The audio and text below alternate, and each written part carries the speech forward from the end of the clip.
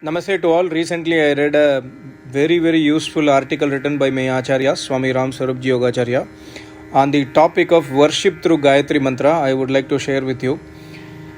My Acharya writes like this: the ancient as well as the present Rishi Munis, yogis, have preached in their Shastras that until an aspirant learns the Ved mantras, deeply reflects over them, and whatever preach exists in the Ved mantras is held in life, then mere studying and chanting of Ved mantras will be of no use for him. So is the case of Gayatri Mantra, that if the aspirant does not follow the procedure, then mere chanting of Gayatri Mantra will not serve the purpose. Rigveda Mantra 1 by 164 by 39 also throws light that if an aspirant only listens and chants Ved mantras even for whole of the life, but he does not follow and hold the Vedic preach, as a result, he does not know and realize the formless and eternal Almighty who creates, nurses and destroys this universe.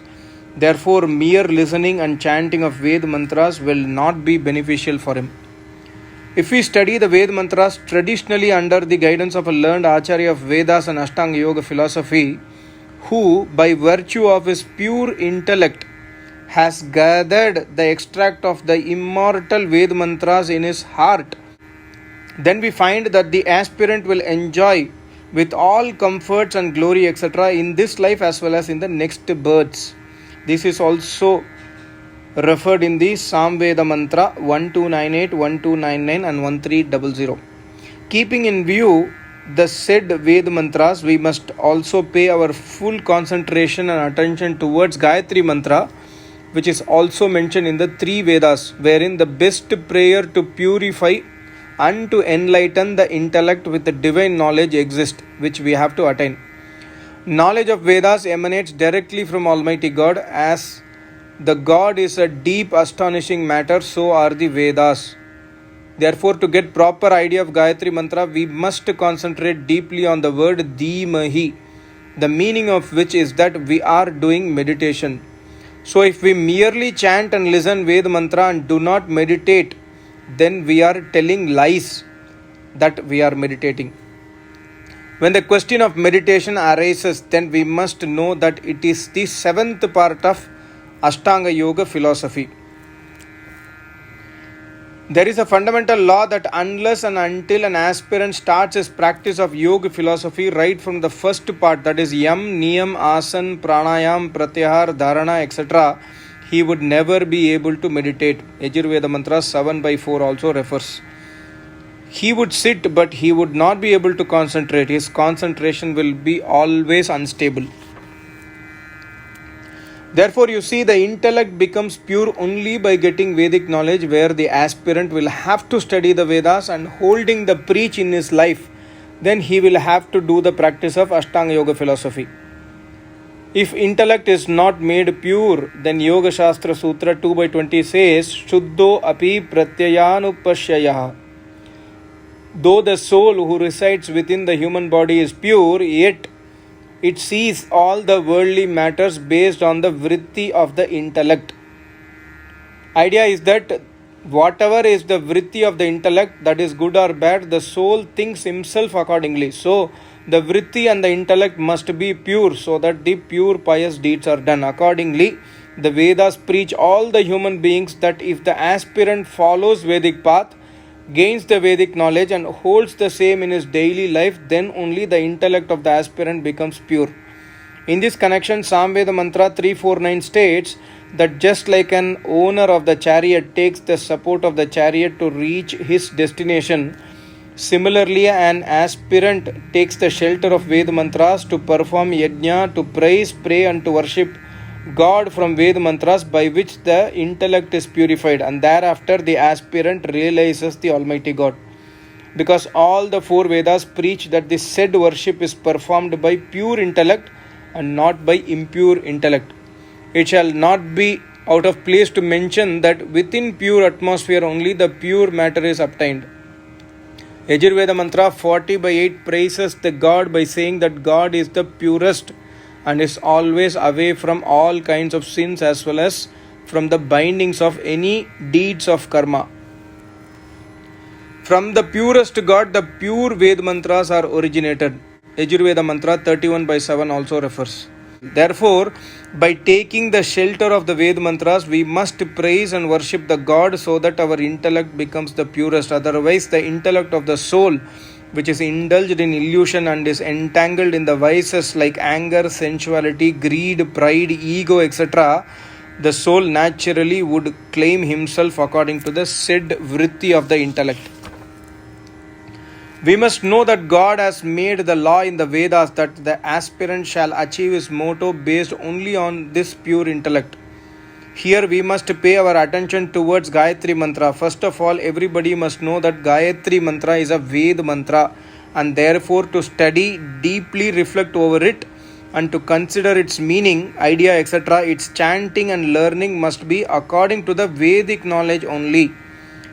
Gayatri Mantra is not a mantra which has been written by any Rishi, Muni, man, woman, etc. Along with the other Veda mantras, this mantra also emanates directly from Almighty God. The Gayatri Mantra has the said three matters, that is praise, prayer and worship. Vedas state that when a person will use the said three and perform the worship of Almighty God, it means his worship is complete in all the respects, and if amongst the three, one or two are left, then the worship will not be considered as a complete worship. I repeat again, three are praise, prayer and worship. In Hindi or Sanskrit we say stuti, prarthana, upasana. So the Gayatri Mantra is really a mantra which has all the three within it. See, Buhu, Bhuvaha, Swaha, Savitaha, Bhargaha, Devasya. These divine words are used in the praise of Almighty God, which is called as Stuti. Secondly, Dhimahi. This word is used for the worship. And third is Diyo Yonaha Prachodayat, which is a prarthana or a prayer to God to purify our intellect and inspire our intellect to do only Vedic pious deeds.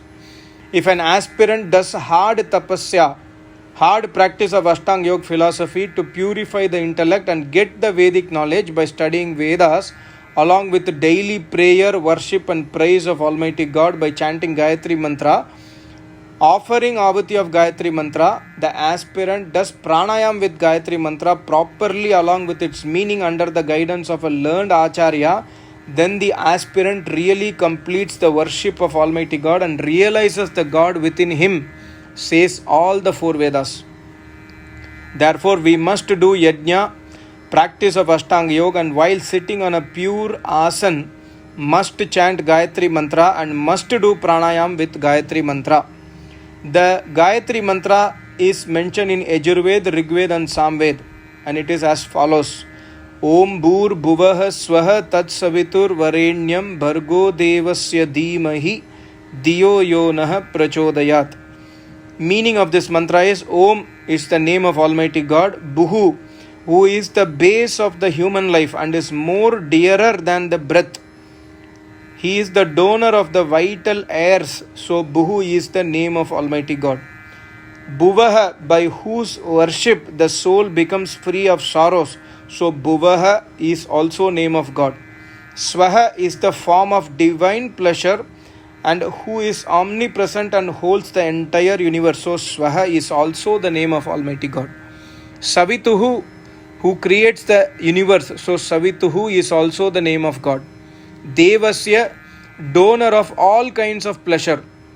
Varenyam, so the said God who has the said divine qualities amongst unlimited qualities is acceptable for our worship. Bhargaha, the purest and the alive matter. Dhimahi, so we hold, that means we hold and meditate. Tat, the said form of Almighty God. Yaha, may that God, Prachodayat, inspire our intellect to do pious deeds and enlighten our intellect with Vedic knowledge, so that by using the pure intellect in worship and doing Vedic pious deeds, we realize the God and experience the divine pleasure and also get comforts and glory in present life as well as in future lives. In view of the above, the worship from Gayatri Mantra is this. Number 1. We must learn Vedas under the guidance of learned Guru. Point number 2. we will have to learn and do the practice of Ashtanga Yoga philosophy under the guidance of a learned guru of Vedas and Ashtanga Yoga philosophy, so that we can meditate the seventh part of the yoga philosophy, that is Dhyan, properly. Because in Gayatri Mantra it is mentioned Dhimahi, the meaning of which is to meditate. Third and last, the aspirant should sit on Siddhasana or Padmasana properly under the guidance of a learned guru. Then he should make Kechadi Mudra under the guidance.